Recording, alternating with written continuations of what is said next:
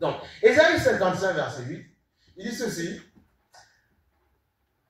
Car mes pensées ne sont pas vos pensées, et vos voix ne sont pas mes voix, dit l'Éternel. Okay? C'est quand tu es dans une église, la manière dont le pasteur fonctionne, aspire à avoir ce manteau-là. Connecte-toi. C'est-à-dire quoi? Connecte-toi à l'enseignement qu'il te donne, et tu vas voir tout cela équilibré. Si pour moi ça fonctionne, ça doit fonctionner. Là, ils ne me stoppent pas, ils ne vont pas te stopper. Mais tu dois comprendre ça. Mais oui.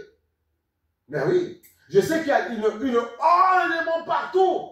Mais j'ai compris, je n'ai pas peur de ça parce que Dieu m'en a délivré au fur et à mesure de ces choses-là. Mais oui. Il y a des craintes qui s'en vont au fur et à mesure. Parce qu'on dit que la délivrance est progressive. Écoutez, un démon peut sortir de ton corps. Okay? Mais les séquelles qu'il a mis sont là.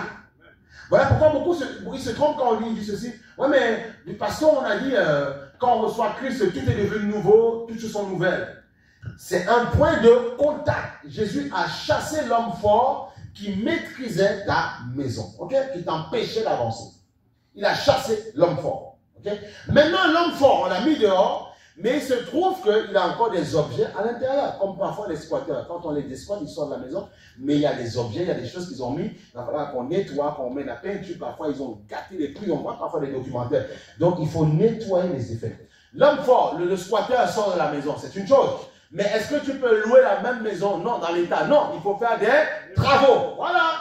Et parfois, il y a des travaux qui prennent 1 jour, 2 jours, 10 jours, 15 jours, qui prennent du temps. Parce que souvent, il y en a parfois, les loups, ils ont percé. Donc, tu dois refaire tout ça. Ok? C'est important. Donc, grandissez, c'est ce qu'on appelle l'équilibre. Jésus enseignait par des paraboles. De manière imagée. Voilà, de manière, on t'explique la vie par rapport à des situations, des images, que tu comprennes. Et on essaie de rendre l'évangile plus facilement comestible, si tu veux. Digérable. Voilà.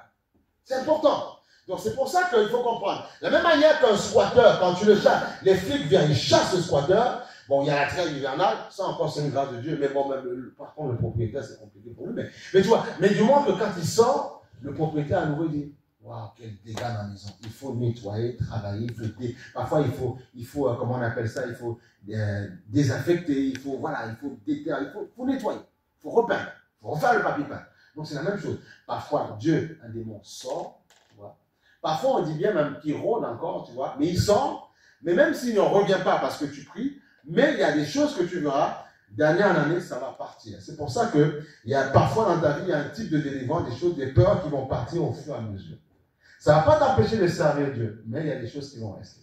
Il y a même des pasteurs qui l'ont déjà même dit souvent que parfois ils aimaient, ils servaient le Seigneur avec force puissante, ils faisaient des grandes conventions, mais au fond d'eux, ils étaient attaqués par l'offense. Ils n'arrivaient même pas à parler devant du monde. Ils aimaient le one-to-one. Voilà, parce qu'ils se sentaient complexés alors qu'ils servaient Dieu. Donc ça veut dire que la délivrance parfois est progressive dans certaines choses. Amen. Amen. Et les gens au début peuvent avoir peur du noir, dormir dans le noir au fur et à mesure comme ça. Ah, tu vois, c'est ça. Éteindre la lumière au fur et à mesure comme ça, ils voient qu'ils triomphent dedans, tu vois. Même moi au début, ma vie chrétienne, tu vois, même dormir dans le noir, c'était un problème, tu vois. Et au fur et à mesure, tu dis, mais Dieu te dit. En fait, chacun c'est combat. Tu peux avoir peur de dormir dans le noir, tu vois. Mais tu peux être très fort dans un autre domaine. Où quelqu'un n'a pas. Ça dépend. Il y en a parfois un qui est plus faible que toi dans les demandes de la foi, tu vois. Mais lui n'a pas peur de dormir dans le noir. Même quelqu'un qui est dans le monde, qui n'est même pas chrétien, tu vois. Mais il n'a pas peur de dormir dans le noir. Mais par contre, il est faible dans d'autres domaines, là où tu es très fort. Eh oui. Paradoxe, mais c'est comme ça. Voilà.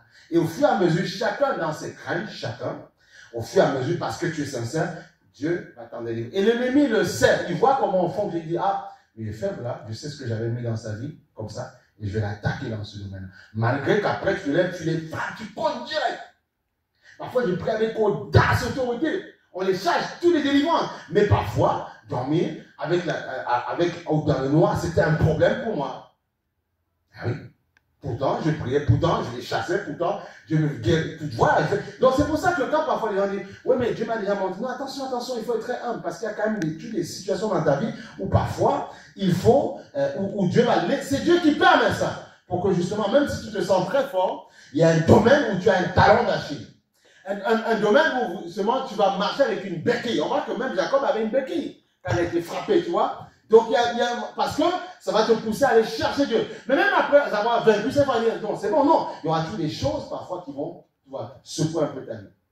Parce que là où est ton cœur, là sera ton trésor. Ok?